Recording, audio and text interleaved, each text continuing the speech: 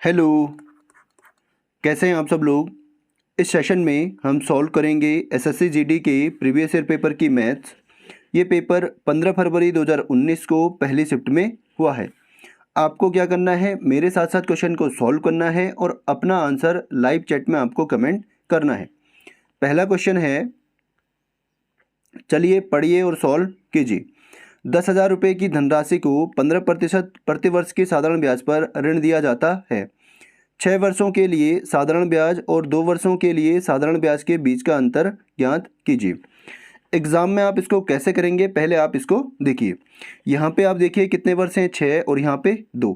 तो इन 6 वर्षों और 2 वर्षों का जो साधारण ब्याज है उनका हमें अंतर निकालना है। तो यहाँ पे वर्षों का अंतर कितना है, 4। इसका मतलब 4 वर्ष का अंतर है। तो यहाँ पे हम क्या करेंगे, 4 साल का जो ब्याज होगा उसको हम यहाँ पे निकालेंगे। तो 10,000 का 15% गुणा 4/100, तो इससे कटेगा 2 जीरो, 15 चौको 60, तो 60 गुणा 100 यानी 6,000 रुपये इसका राइट आंसर होगा। ऐसे हम इसको एग्ज़ाम में सॉल्व करेंगे, ठीक है। बाकी आप इसको बेसिक से सॉल्व कर सकते हैं। 10,000 का पहले हम निकालेंगे 6 वर्ष का साधारण ब्याज, 6 गुणा 15/100, फिर उसके बाद इनका डिफरेंस यानी 10,000 का 15 गुणा कितने वर्ष के लिए, 2 वर्ष के लिए, अपॉन में 100। 2 जीरो से 2 जीरो यहाँ पे कटेंगे, 2 जीरो से 2 जीरो यहाँ पे कटेंगे। तो यहाँ से 15 छक्का 90 यानी यहाँ पे आएगा 9,000, माइनस में 15 दूना 30 यानी 3,000। तो इसका आंसर आपका होगा, 9 में से 3 गया 6,000। ऑप्शन नंबर इसका हो जाएगा आपका ऑप्शन नंबर 3 इसका राइट आंसर होगा, ठीक है। अगले क्वेश्चन में आपको इन आंकड़ों का माध्य निकालना है। माध्य और औसत क्या होते हैं, सेम होते हैं। तो औसत बराबर क्या होता है, आंकड़ों का योग बटे आंकड़ों की संख्या, ठीक है। अगर मैं आंकड़ों का योग करूं तो 5 और 4 9 और 5 14 और 6 20 और 7 27 और 8 35 और 9 44, योग कितना होगा 44। और आंकड़ों की संख्या कितनी है, 3 और 3 6 और 2 8, अपॉन में 8। 8 से अगर ये काटूँ तो 8 पंजे 40, यहाँ बचेगा 4, यहाँ पे आएगा पॉइंट और यहाँ पे 0, तो 8 पंजे 40। तो 5.5 इसका क्या हो जाएगा, माध्य होगा, ठीक है। ऑप्शन नंबर इसका होगा ऑप्शन नंबर 3, 5.5। अगला क्वेश्चन है, एक ट्रेन एक समान गति से चल रही है। ट्रेन 243 मीटर लंबाई वाले पुल को 30 सेकंड में, 343 मीटर लंबाई वाले पुल को 36 सेकंड में पार करती है। ट्रेन की गति क्या है। सबसे पहले हम यहाँ पे निकालेंगे ट्रेन की लंबाई। माना ट्रेन की लंबाई क्या है, L मीटर है, ठीक है। यहाँ पे आपकी है पहली कंडीशन और यहाँ पे आपकी है दूसरी कंडीशन, ठीक है। यहाँ पे जो टोटल डिस्टेंस होगी, पहली कंडीशन में 243 मीटर लंबे पुल को पार करती है। डिस्टेंस क्या होगी, ट्रेन की लंबाई L है और पुल की लंबाई कितनी है 243 मीटर। तो टोटल डिस्टेंस होगी L + 243 मीटर। यहाँ से इसको टाइम लगता है 30 सेकेंड का। तो यहाँ से अगर मैं स्पीड निकालूँ तो स्पीड बराबर होगा डिस्टेंस अपॉन टाइम, यानी L + 243 बटे 30। ये क्या हो जाएगी, इसकी स्पीड होगी मीटर पर सेकेंड में। इसके बाद यहाँ पे ट्रेन पार करती है 243 मीटर लंबे पुल को। तो यहाँ से अगर मैं डिस्टेंस निकालूँ तो ट्रेन की लंबाई L प्लस पुल की लंबाई कितनी है 343। तो ये टोटल क्या हो गई, इसकी डिस्टेंस हो गई है, ठीक है। L + 343 metre. इसको यहाँ पे टाइम लगता है 36 सेकेंड का। तो इसकी स्पीड यहाँ से कितनी आएगी, L + 343 अपॉन में 36 मीटर पर सेकेंड। तो यहाँ पे ट्रेन की चाल कैसी है, एक समान है। इसका मतलब चाल दोनों में उसकी क्या है, बराबर है। तो चाल यहाँ पे क्या हो जाएगी, इक्वल हो जाएगी, क्योंकि ये क्या है, ट्रेन की चाल है और ये भी ट्रेन की चाल है। तो यहाँ पे इन दोनों को हम इक्वल रखेंगे। L + 243 अपॉन में 30 बराबर L + 343 अपॉन में 36। 5 से कटेगा, 6 से कटेगा 5 बार और 6 से कटेगा 6 बार। 6 का इंटू करेंगे यहाँ पे, 5 का इंटू करेंगे यहाँ पे। तो 6 L + 243 बराबर होगा 5 L + 343। तो यहाँ से 6L + 6 गुणा 243 यानी 6 3 18, 6 चौको 24 और 1 25, 6 दूनी 12 और 2 14 बराबर में होगा 5L यानी 5L प्लस 5 3 15, 5 चौको 20 और 1 21, 5 3 15 और 2 17। यहाँ से 5L आएगा यहाँ पे, तो 6L माइनस 5L कितना होगा, 1L बराबर होगा, ये जाएगा यहाँ पे। तो इसमें से अगर मैं 14 58 माइनस कर दूँ तो यहाँ बचेगा 7, यहाँ पे आपका बचेगा 10 में से 5 गया 5, यहाँ पे आपका बचेगा 6 में से 4 गया 2, तो 257 मीटर ट्रेन की क्या होगी, लंबाई होगी। अब आप यहाँ से देखना स्पीड क्या है ट्रेन की, ये रही, चाहे आप इसमें वैल्यू रखो चाहे आप इसमें वैल्यू रखो, ठीक है, ट्रेन की स्पीड आपको यहाँ से मिल जाएगी। तो मैं इसमें वैल्यू रखता हूँ, तो स्पीड बराबर क्या है, एल कितना है 257 प्लस पुल की लंबाई कितनी है 243 अपॉन में आपका आएगा 30। इसके बाद इन दोनों को अगर मैं ऐड करूं तो 7 और 3 10, 5 और 4 9 और 1 10, 2 और 2 4 और 1 5 अपॉन में 30, 1 0 से 1 0 यहाँ पे कटेगा। तो ट्रेन की जो स्पीड है वो 50/3 मीटर पर सेकेंड है, लेकिन हमें स्पीड किस में दे रखी है, किलोमीटर पर हावर में। तो हम यहाँ पे क्या करेंगे, इसको हम कन्वर्ट करेंगे किस में, किलोमीटर पर हावर में। 50/3 को अगर मैं गुणा करूँ 18/5 से, तो 5 से कटेगा 10 बार और 3 से कटेगा 6 बार, तो 10 गुणा 6 यानी 60 किलोमीटर पर हावर ट्रेन की स्पीड आएगी। ठीक है, अच्छा क्वेश्चन था। ऐसे क्वेश्चन बेसिक से ही होते हैं, इनमें कोई शॉर्ट ट्रिक नहीं लगती है, इसलिए आपको बेसिक के साथ साथ ट्रिक भी आपको सीखनी है। अगला क्वेश्चन है,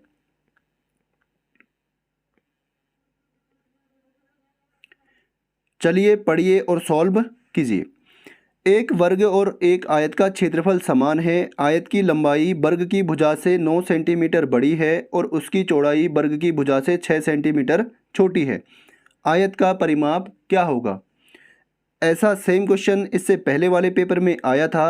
अगर आपने वीडियोस देखी होंगी तो आप इस क्वेश्चन को ईजिली सॉल्व कर पाएंगे। ठीक है, यहाँ पे आपके पास एक स्क्वायर है और यहाँ पे आपके पास एक रेक्टेंगल है। ठीक है, ये बोलता है इन दोनों का जो क्षेत्रफल है वो क्या है, समान है। इसका मतलब अगर इसकी साइड ए है, इसकी साइड क्या है ए, और इसकी लंबाई एल और इसकी चौड़ाई बी है। ठीक है, तो इनका एरिया क्या है, समान है, इनका क्षेत्रफल समान है। इसका मतलब ए स्क्वायर बराबर होगा एल इंटू बी के, क्योंकि स्क्वायर का जो एरिया होता है वो क्या होता है ए स्क्वायर, और इसका एरिया क्या होता है लंबाई गुणा चौड़ाई। अब आप यहाँ से देखिए, आयत की लंबाई वर्ग की भुजा से 9 सेंटीमीटर बड़ी है। अगर वर्ग की भुजा ए है तो इसकी लंबाई क्या है 9 सेंटीमीटर बड़ी, यानी a प्लस 9 है। ठीक है, आयत की जो लंबाई है वो क्या है a प्लस 9 सेंटीमीटर। इसके बाद ये कहता है इसकी चौड़ाई वर्ग की भुजा से 6 सेंटीमीटर छोटी है। तो इसकी चौड़ाई कितनी है a माइनस 6, वर्ग की भुजा a है, 6 सेंटीमीटर छोटी यानी a माइनस 6 सेंटीमीटर। अब इनकी वैल्यू यहाँ पे रखिए, ए स्क्वायर बराबर होगा एल बराबर कितना है a प्लस 9 इंटू में आपका आएगा b बराबर कितना है a माइनस 6। तो ए स्क्वायर बराबर आपका होगा a इंटू ए क्या होगा, पहले इसका गुणा इसके साथ फिर इसके साथ, तो a गुणा ए स्क्वायर, a गुणा माइनस 6 a, फिर इसका गुणा इसके साथ और इसी का गुणा इसके साथ, तो 9 गुणा a 9a माइनस का 9 छक्का 54। अब ए स्क्वायर जब वहाँ जाएगा तो ये कट जाएगा, यहाँ पे आएगा आपका 0 बराबर 9 में से 6 गया 9 में से 6 गया 3, 9 में से 6 गया 3a माइनस 54, तो 54 जाएगा वहाँ पे, तो 54 यहाँ जाके होगा प्लस का 3a, 3 से कटेगा ये 18 बार, तो a की वैल्यू कितनी आ गई है 18। ठीक है, अब आप यहाँ से ध्यान से देखिए a की वैल्यू कितनी है 18।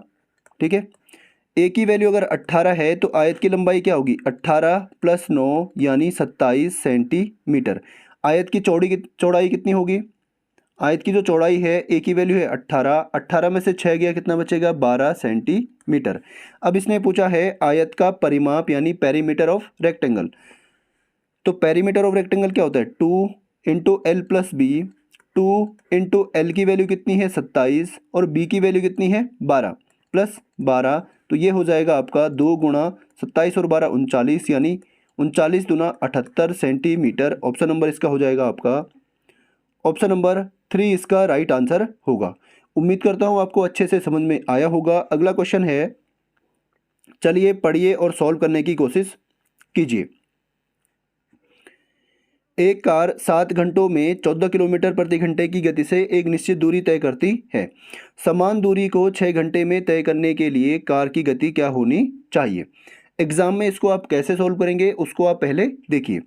भाई टाइम कितना लगता है 7 और स्पीड कितनी है 54। इसका मतलब ये क्या हो जाएगा टोटल डिस्टेंस। इस डिस्टेंस को 6 घंटे के हिसाब से कितने कितने कितनी स्पीड से वो तय करेगा। तो अपॉन में आएगा 6, 6 से कटेगा 9 बार, तो 9 सता 63 इसका हो जाएगा right answer option number 3।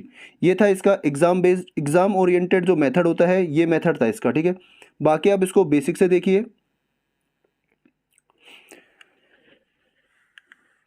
Time कितना लगता है 7 घंटे और स्पीड कितनी है 54 किलोमीटर पर हावर। यहाँ से अगर मैं इसकी डिस्टेंस निकालूँ तो डिस्टेंस बराबर क्या होता है टाइम इंटू स्पीड। इसको हम इस फॉर्मूले से निकाल सकते हैं। स्पीड बराबर होता है डिस्टेंस अपॉन टाइम। इस फॉर्मूले का यूज़ करके इसको हम निकाल सकते हैं। तो यहाँ से डिस्टेंस स्पीड कितनी है 54 और टाइम कितना है 7, तो ये क्या होगा इसका टोटल डिस्टेंस इसकी हो जाएगी, ठीक है। अब ये बोलता है कि समान दूरी को, मतलब जो ये दूरी है इस दूरी को 6 घंटे में तय करने के लिए कार की गति क्या होगी। तो स्पीड बराबर होता है distance upon time. Distance upon time, distance कितनी है 54 गुणा 7 बट्टे में 6, तो इसकी वैल्यू आएगी 63 किलोमीटर पर हावर ऑप्शन नंबर 3। चलिए क्वेश्चन को पढ़िए और सॉल्व कीजिए। अच्छा क्वेश्चन है। एक शंकु का वक्र पृष्ठीय क्षेत्रफल 550 सेंटीमीटर है। यदि इसके आधार का क्षेत्रफल इतना है तो शंकु का आयतन क्या होगा। सबसे पहले आप यहाँ पे एक क्या बनाइए शंकु यानी कोण यहाँ पे आप बनाइए। ये आपके पास कोण है, ठीक है। इसकी जो हाइट है वो हमें नहीं दे रखी है। दूसरा इसकी जो रेडियस है ये भी हमें नहीं दे रखी है। तो इसकी हाइट में मान लेता हूँ h, इसकी रेडियस में मान लेता हूँ r, और इसकी जो स्लांट हाइट है उसको मैं मान लेता हूँ l, ठीक है। अब मुझे बताइए जो ये शंकु का निचले वाला हिस्सा है ये क्या है। इसका क्षेत्रफल हमें दे रखा है। शंकु के आधार का क्षेत्रफल क्या है 154। तो आप मुझे बताइए शंकु का जो आधार होता है वो क्या होता है हमेशा एक वृत्त होता है, ठीक है। और वृत्त में क्या होती है त्रिज्या। इसकी त्रिज्या क्या है r। तो वृत्त का क्षेत्रफल हमें दे रखा है 154। तो वृत्त का क्षेत्रफल क्या होता है पाई r स्क्वायर की वैल्यू कितनी दे रखी है 154। तो यहाँ से 22/7 गुणा r स्क्वायर बराबर होगा 154। 22 से कटेगा 7 बार, तो r स्क्वायर बराबर होगा 7 गुणा 7, तो r बराबर होगा 7, ठीक है। यहाँ तक आप समझ गए होंगे। तो इसकी जो रेडियस है शंकु के आधार की जो त्रिज्या है वो कितनी आ गई है 7 सेंटीमीटर, ठीक है। एक चीज़ हमने यहाँ से फाइंड कर ली है। अब आप मुझे बताइए शंकु का वक्र पृष्ठीय क्षेत्रफल या उसका कर्व्ड सरफेस एरिया क्या होता है पाई आर एल। और पाई आर एल की वैल्यू हमें कितनी दे रखी है 550। इसका जो कर्व्ड सरफेस एरिया है वो कितना है 550। पाई आर एल बराबर कितना है 550। पाई का मान 22/7, आर की वैल्यू हमारी कितनी आई है 7, इंटू एल की वैल्यू हम यहाँ से निकालेंगे। तो यहाँ पे आपका आएगा 550। 7 से 7 यहाँ पे कटेगा, 11 से कटेगा ये 2 बार, और 11 से ये कटेगा 5 यानी 50 बार, 2 से ये कटेगा 25 बार। तो शंकु की जो तिर्यक ऊंचाई है स्लांट हाइट है वो कितनी है 25 सेंटीमीटर, ठीक है। दो चीज़ें हम यहाँ से निकाल चुके हैं। आप मुझे बताइए ये आपका क्या है कोण है, और यहाँ पे क्या बनता है समकोण त्रिभुज। तो ये क्या हो गया कर्ण, ये क्या हो गया आपका आधार, और ये क्या हो जाएगा लंब। तो इसका मतलब यहाँ से अगर मैं h की वैल्यू निकालूं तो एच स्क्वायर बराबर आपका होगा कर्ण का स्क्वायर माइनस आधार का स्क्वायर यानी r का स्क्वायर। बाकी आपको फॉर्मूला पता होगा एल स्क्वायर बराबर क्या होता है H square plus R square. तो हमने क्या किया h को यहाँ r को यहाँ लेके गए और h की वैल्यू हम निकालेंगे। तो एच स्क्वायर बराबर होगा l कितना है 25, 25 का स्क्वायर माइनस r कितना है 7 का स्क्वायर। 25 का स्क्वायर होता है 625 माइनस 7 का स्क्वायर होता है 49। इसमें से अगर मैं इसको माइनस करूं तो यहाँ पे आएगा 576। तो एच स्क्वायर बराबर कितना है 576। तो एच बराबर कितना होगा 576 किसका स्क्वायर है 24 का। तो एच की वैल्यू आएगी 24 सेंटीमीटर, ठीक है। अब हमारे पास यहाँ पे एच की यानी इसकी जो हाइट है उसकी वैल्यू भी आ गई है, ठीक है। कितनी है 24 सेंटीमीटर। शंकु का आयतन आप ज्ञात कीजिए। शंकु का आयतन मुझे बताइए क्या होता है। शंकु का आयतन होता है, इसको मैं यहाँ से इरेज करूँगा, ठीक है। यहाँ पे आपके पास इसकी जो तीनों चीज़ें हैं वो आपको पता चल गई है, ठीक है। इसकी जो त्रिज्या है वो कितनी है 7, इसकी जो ऊंचाई है वो कितनी है, h बराबर कितना है 24, और इसका जो स्लांट हाइट है वो कितना है 25 सेंटीमीटर। आप मुझे बताइए शंकु का आयतन यानी उसका वॉल्यूम क्या होता है। वॉल्यूम बराबर होता है 1/3 पाई आर स्क्वायर एच। 1/3 22 का पाई का मान 22/7 गुणा आर की वैल्यू है 7 गुणा 7 गुणा एच कितना है 24। तो 7 से ये कटेगा, 3 से कटेगा ये 8 बार, तो 8 7 56। यहाँ पे आपके पास आएगा 7 दूना 14, 7 दूना 14 और 1 15 गुणा 8, तो 8 चौको 32, 8 पंजे 40, 40 और 3 43, 8 एकम 8 और 4 12, तो 1232 इसका राइट आंसर हो जाएगा। ठीक है, उम्मीद करता हूँ आपको अच्छे से समझ में आया होगा। फॉर्मूले वगैरह आपको याद करने पड़ेंगे। ठीक है, यदि आप लगातार प्रैक्टिस करते हैं तो फॉर्मूले आपको खुद ब खुद याद हो जाएंगे। चलिए इसको सॉल्व कीजिए। P4 के कुल प्रतिशत अंक कितने हैं। प्रत्येक विषय के अधिकतम अंक कितने हैं 100। इसका मतलब एक विषय में 100 अंक हैं और उसमें से P4 को कितने मिले हैं, एक में 91, एक में 37, एक में 65, एक में 58, एक में 62। तो आंकड़ों औसत बराबर क्या होता है, आंकड़ों का योग अपॉन में आंकड़ों की संख्या। तो इनका योग कीजिए, 8 और 5 13 और 8 21 और 2 23, 6 और 5 11, 11 और 6 17, 17 और 3 20 और 9 19, सॉरी 20 और 9 29, 29 और 2 31। तो 313 यहाँ पे क्या है टोटल है। टोटल सब्जेक्ट इतने हैं 1 2 3 4 5 अपॉन में 5। तो 5 से ये कटेगा आपका 5 छक्का 30, यहाँ पे 1 13 यानी 13 बचेगा, 1 3 यानी 13, 5 दूना 10, फिर यहाँ पे बचेगा 3 और यहाँ पे आएगा पॉइंट, यहाँ पे 0, तो 5 छक्का 30, तो 62.6 राइट इसका आंसर हो जाएगा। ठीक है, चलिए अगला क्वेश्चन है, पढ़िए और सॉल्व कीजिए। सबसे पहले हम क्या करते हैं ऑफ को, तो यहाँ पे सॉल्व करेंगे 3 भागा 7/2 गुणा 5, तो ये हो जाएगा 35। 3 भागा 35/2, तो यहाँ पे अगर मैं भाग करूँ तो 3 गुणा 2/35 यानी 3 दूना 6/35। तो इसकी वैल्यू कितनी आ गई है 6/35। ठीक है, यहाँ से अगर मैं डिवाइड करूँ तो 14/49, तो इसकी वैल्यू क्या आएगी 7 से 2 बार, 7 से 7 बार 2/7। तो अब आपको निकालना है 2/7 माइनस 6/35। इनका एलसीएम आएगा 35, 7 पंजे 35, तो 5 से यहाँ पे गुणा, 5 दूना 10 ऋण 35 एकम 35, तो 1 से यहाँ पे गुणा, 6 एकम 6, तो 4/35 इसका राइट आंसर हो जाएगा। ठीक है, ऑप्शन नंबर 2 इसका राइट होगा। चलिए अगला क्वेश्चन देखिए और इसको सॉल्व कीजिए। दो संख्याओं का गुणनफल इतना है, यदि उनका लघुत्तम समापवर्तक इतना है तो इन दो संख्याओं का महत्तम समापवर्तक क्या होगा। इसमें आपको बिना पेन लगाए इसको आप सॉल्व कर सकते हैं। 36 दूना 72, 2 इसका राइट आंसर हो जाएगा। बस आपको क्या है फॉर्मूला और तरीका पता होना चाहिए। अब आप मुझे बताइए पहली संख्या, फॉर्मूला क्या होता है, first number into second number बराबर होता है एलसीएम इंटू एचसीएफ। अगर आपको ये फॉर्मूला पता है तो आप इसको बिना पेन लगाए सॉल्व कर सकते हैं। यहाँ पे दो संख्याओं का गुणनफल कितना है 720, इसका मतलब इनका जो गुणनफल है वो कितना दे रखा है 720, इसकी पूरे की वैल्यू कितनी है 720। यहाँ से एलसीएम हमें दे रखा है 360 और एचसीएफ हमें पूछा है, तो 360 से कटेगा 2 बार, तो एचसीएफ कितना आ गया है 2। ऑप्शन नंबर डी इसका राइट आंसर होगा। ठीक है,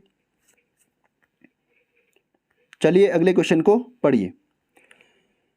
एक व्यक्ति 25 किलोग्राम चावल 600 में खरीदता है और इसे 5 किलोग्राम चावल के विक्रय मूल्य के बराबर हानि पर बेचता है। हानि प्रतिशत क्या होगी। भाई अगर उसने 25 किलोग्राम चावल खरीदे हैं तो 25 बेचेगा, तभी हम क्या निकाल सकते हैं उसका लाभ या हानि निकाल सकते हैं। तो इसको हम जैसे एग्जाम में करेंगे उसको आप पहले देखिए। तो अगर 25 का सीपी है, 25 सीपी और 25 वस्तुओं का एसपी, ठीक है, और लॉस कितने का है 5 वस्तुओं के विक्रय मूल्य यानी एसपी के बराबर। लॉस क्या है 5 वस्तुओं के विक्रय मूल्य के बराबर। लॉस कब होता है जब सीपी बड़ा होता है, इसका मतलब जो 25 वस्तुओं का सीपी होगा वो 25, इसमें से अगर मैं एसपी को माइनस करूं 25 वस्तुओं के एसपी को, तो बराबर कितना होगा 5 वस्तुओं के एसपी के बराबर की हानि होगी। तो यहाँ से आप अगर इनका रेशो निकालेंगे तो ये होगा 25 सीपी बराबर में जाएगा 25 SP यहाँ पे और 5 यहाँ पे, कितने हो गए 30 SP। ये माइनस का वहाँ जाएगा तो यहाँ जाके प्लस का। CP अपॉन SP अगर मैं निकालूँ तो कितना आएगा 30 अपॉन में क्या जाएगा 25। SP गया यहाँ पे और 25 गया यहाँ पे। 5 से कटेगा 6 बार, 5 से कटेगा 5 बार, ठीक है। तो CP कितना है 6 और SP कितना है 5। लॉस कितने का हुआ है 1 का, और लॉस हमेशा किस पे होता है CP पे। तो लॉस परसेंट बराबर होगा loss upon CP into 100। Loss है 1 का, CP है 6, गुणा कर देंगे 100 से। तो इसका राइट आंसर होगा ऑप्शन नंबर 2, ठीक है। अगला क्वेश्चन है, पढ़िए और सॉल्व कीजिए। एक लंबवर्तुल बेलन की ऊंचाई 12 सेंटीमीटर है। यदि इसके आधार की त्रिज्या इतनी है तो बेलन का वक्र पृष्ठीय क्षेत्रफल क्या होगा। आप मुझे बताइए बेलन का वक्र पृष्ठ क्या होता है 2πRH, ठीक है।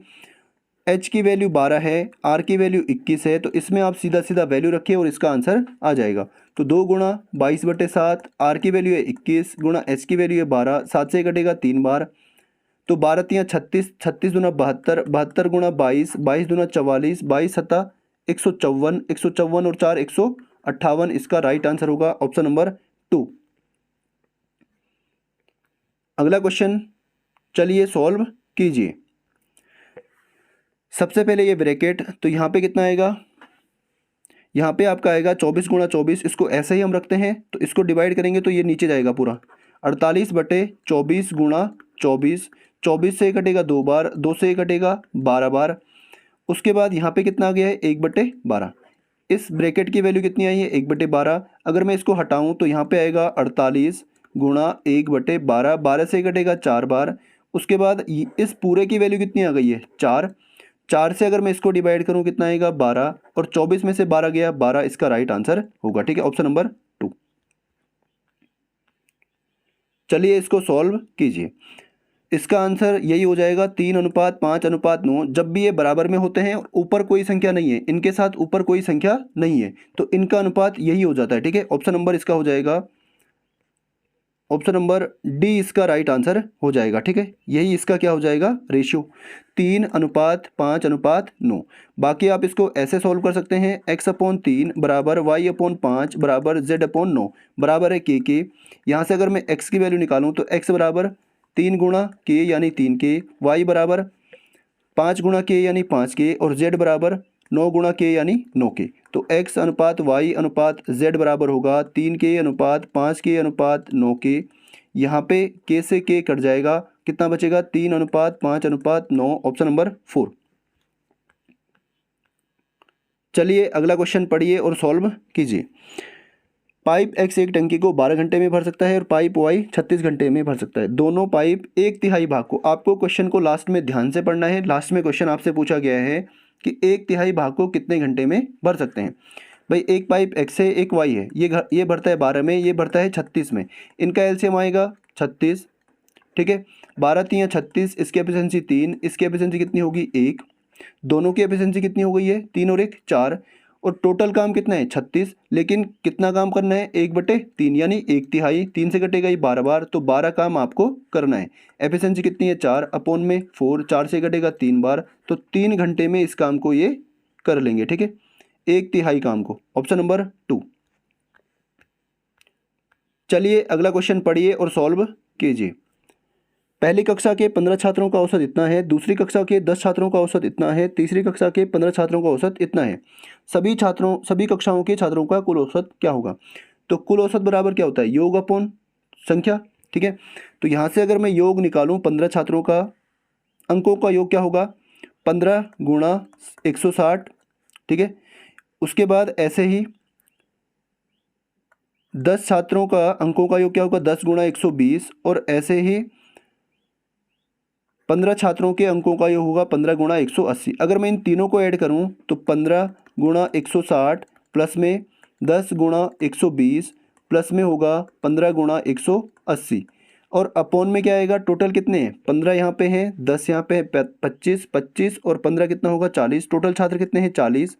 यहाँ से कॉमन आएगा आपका 10, यहाँ से क्या कॉमन आएगा 10, तो तीनों में से मैंने 10 कॉमन ले लिया। यहाँ पे बचा है 15 गुणा 16 प्लस यहाँ पे बचा है 10 गुणा 12 प्लस यहाँ पे बचा है 15 गुणा 18 अपॉन में कितना है 40।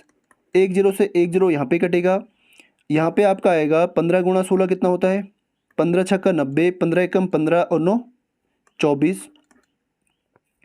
उसके बाद यहाँ पे आएगा 120 और यहाँ पे आपका आएगा 15 अट्ठा 120, 15 एकम 15 और 12 27 270 अपॉन में 4।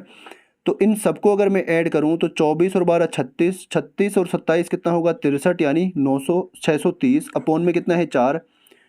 4 से अगर मैं काटूँ तो कितना आएगा 4 एकम 4 2 3 यानी 23, 4 पंजे 20, 3 जीरो यानी 4 सत्ता 28, 2 यहाँ पे आएगा पॉइंट और यहाँ पे 4 पंजे 20। तो 157.5 इसका राइट आंसर होगा, ऑप्शन नंबर 1। चलिए अगले क्वेश्चन को सॉल्व कीजिए। एक व्यक्ति 36 वस्तुएं इतने रुपए में खरीदता है, उसे 360 में कितनी वस्तुएं बेचनी चाहिए ताकि लाभ प्रतिशत 50% हो। आप मुझे बताइए 36 वस्तुओं का जो सीपी है, 36 वस्तुओं का सीपी कितना है 360 रुपये, ठीक है। एक वस्तु का अगर मैं सीपी निकालूं तो कितना आएगा 360 बटे 36, इससे कटेगा 10 बार तो 10 रुपये। एक वस्तु का सीपी कितना है 10 रुपये, प्रॉफिट कितने का होता है 50 का। तो एक वस्तु का एसपी क्या हो जाएगा 10 रुपये सीपी था, सीपी का प्रॉफिट कितना है 50 यानी 150 बटे 100। तो 2 जीरो से 2 जीरो यहाँ पे कटे 15 रुपये। एक वस्तु का जो एसपी है वो कितना है 15 रुपये, ठीक है। और हमारे पास टोटल कितना एसपी होना चाहिए 360। तो 15 की वैल्यू कितनी है 360, एक की वैल्यू कितनी होगी 15 एकम 15, 15 दूना 30 और यहाँ पे 15 चौको 60।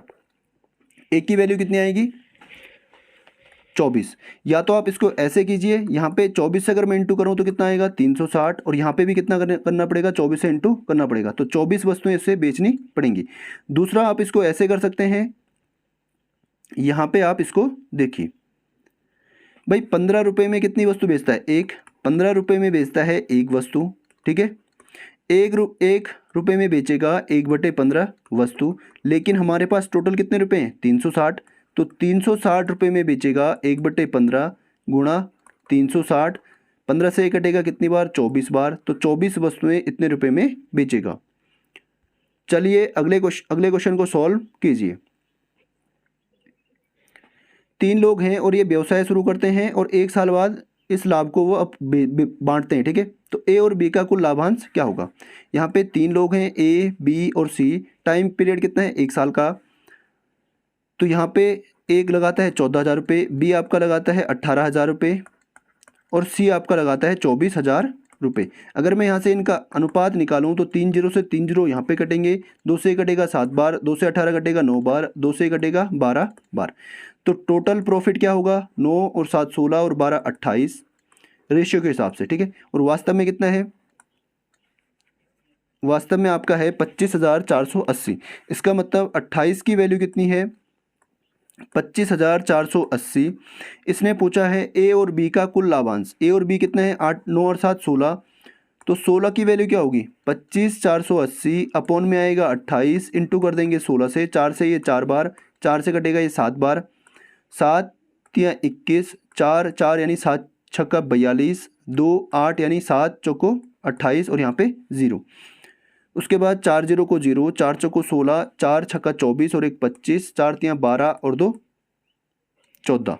तो 14,560 ए और बी का कुल लाभांश होगा 14,560। ऑप्शन नंबर बी इसका राइट आंसर हो जाएगा। चलिए इसको सॉल्व कीजिए, काफ़ी आसान क्वेश्चन है, ऐसे क्वेश्चन में आपको टाइम बचाना है, ठीक है। एक एस है और एक टी है, एस टी का 160% है, इसका मतलब यहाँ पे टी को हम लेते हैं 100 तो एस क्या हो जाएगा 160, एस टी का 160% है। टी कितने हैं 100, अगर 100 का मैं 160% निकालूं तो कितना हो जाएगा 160, ठीक है। अब ये कहता है टी एस का कितना परसेंट है, टी की वैल्यू कितनी है 100 और एस का यानी जिसका पूछा होता है उसको लिखते हैं नीचे, अपॉन में इंटू कर देंगे 100, यहाँ पे 0 से 0 यहाँ पे कट गया। उसके बाद 4 से कटेगा 4 बार, 4 से कितनी बार कटेगा 4 से कटेगा 25 बार, यानी यहाँ पे आपका आ गया है 250। ऊपर कितना है 250, नीचे कितना है 4, तो 4 छक्का 24, 4 दूना 8 और 4 पंजे 20, तो 62.50 इसका राइट आंसर होगा। ठीक है, अगला क्वेश्चन है, चलिए इसको सॉल्व कीजिए। y की तुलना में y5 में प्रति मीटर पैदावार में प्रतिशत परिवर्तन क्या है। अब यहाँ पे आपको दे रखा है 1000, ये केजी में है, इसके आगे 1000 से हम इंटू करेंगे और यहाँ पे 100 से इसको हम इंटू करेंगे। ठीक है, तो यहाँ पे हमें प्रति वर्ग मीटर पैदावार प्रतिशत निकालनी है, किसमें, y1 से y5 में। अगर मैं y1 का देखूँ टोटल कितना हुआ यहाँ पे 520 गुणा 1000 यानी इकाई दाई सैकड़ा हज़ार 10,000 लाख 5,20,000 का उत्पादन यहाँ पे हुआ है। और टोटल स्क्वायर फीट कितना है 13,000 यहाँ पे स्क्वायर फीट है टोटल। तो एक मीटर स्क्वायर में 13,000 मीटर स्क्वायर यहाँ पे क्या है एरिया है। अगर मैं यहाँ से 1 मीटर स्क्वायर का एरिया निकालूँ तो अपोन कर देंगे 13,000, 3 से 3 कटेगा, 3 0 से 3, 13 से 13 चौको 52, तो 40 यहाँ पे 1 मीटर स्क्वायर पर 40 का प्रोडक्शन होता है, 40 केजी का। ऐसे ही y5 में आप देखिए यहाँ पे कितना होगा 100 और यहाँ पे 3 0, 3 0 से 3 0 यहाँ पे कटेंगे, 17 से ये कटेगा, 17 पंजे 85 यानी 50। तो y5 में 1 मीटर स्क्वायर में 50 केजी हम प्रोडक्शन कर सकते हैं। वृद्धि कितने की हुई है 10 की। प्रतिशत परिवर्तन वृद्धि कितने की हुई है 10 की, और वृद्धि किस पे हुई है 40 पे। अपोन कर देंगे 40 इंटू कर देंगे 100 से 1 0 से 1 0, 4 से कटेगा 25 बार यानी 25% की यहाँ पे वृद्धि हो जाएगी। ठीक है, ऑप्शन नंबर 3 इसका राइट आंसर होगा। चलिए सॉल्व कीजिए। चावल का प्रतिवर्ष औसत उत्पादन कितना है।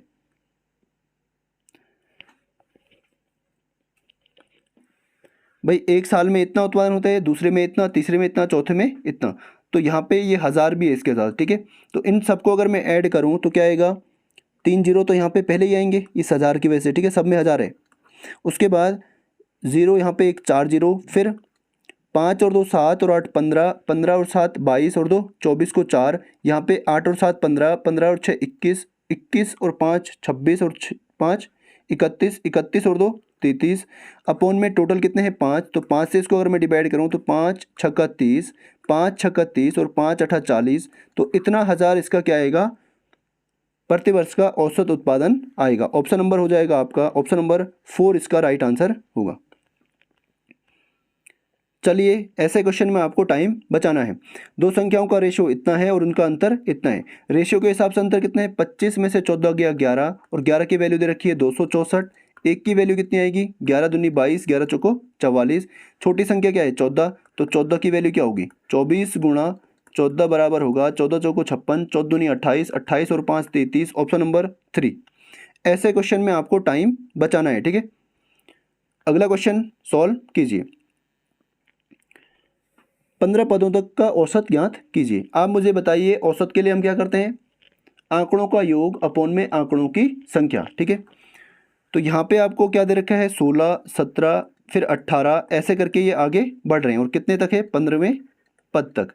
ठीक है, आप मुझे बताइए ये क्या है AP, इनका डिफरेंस कितने का है 1 का, इनका डिफरेंस कितने का है 1 का। इसका मतलब ये सीरीज जो है ये क्या है AP यानी अर्थमेटिक प्रोग्रेशन या समांतर श्रेणी।